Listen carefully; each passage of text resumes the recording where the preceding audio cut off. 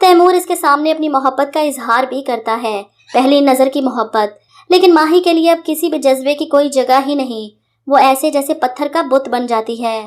بہرحال drama interesting تب ہوگا جب یوں ہی دربار تک پہنچنے کے بعد فرحاد اسی ملنگ بابا سے ملے گا۔ شاید ان کا ملنا پہلے ہی لکھا تھا اور بابا یہ بات جانتا تھا۔ فرحاد ان کے سامنے روئے گا، دل کا حال بیان کرے گا کہ میرے دل کو سکون نہیں مل رہا۔ ان کی تسلی پر کہتا ہے کہ کبھی کبھی لگتا ہے کہ انسان نے وہی لفظ ایجاد کیے ہیں جس کیفیت سے وہ خود گزرا ہو۔ مجھے تو پتہ نہیں اپنی اس کیفیت کو بیان بھی کیسے کروں۔ بے چین ہوں، بھٹکتی ہوئی روح کی طرح ادھر ادھر پھر رہا ہوں۔ کیسے سکون ملے گا دل کو؟ ایسے میں اس کی تڑپ دیکھ کر بابا کی آنکھیں بھی بھر آتی ہیں۔ ماہی اپنی ساس کے ساتھ دربار آتی ہے تو فرحاد کی نظر اس پر پڑتی ہے۔ اسے لگتا ہے اب یہی رستہ ہے کہ یہاں پر بیٹھ کر وہ ماہی کی یادوں میں کھویا رہے اور کبھی نہ کبھی اس کی جھلک بھی دیکھ لے۔ ماہی کو اندازہ ہو چکا تھا کہ فرحاد کو دربار پر بیٹھے دیکھ کر اس کی محبت میں یہ شخص مجنون بن چکا ہے۔ وہ پھر سے اس کے سامنے ہاتھ جوڑ دیتی ہے، خدا کے لیے اپنے شہر لوٹ جاؤ، اپنے ماں باپ کے پاس، اپنے خاندان کے پاس، مت خود کو برباد کرو۔ لیکن فرحاد تو شاید اب تک اپنی اس بات پر قائم ہے کہ جب تک پوری طرح سے دیوانہ نہیں ہو جاتا کہیں نہیں جاؤں گا۔ ماہی اپنی بھابھی کو فون کر کے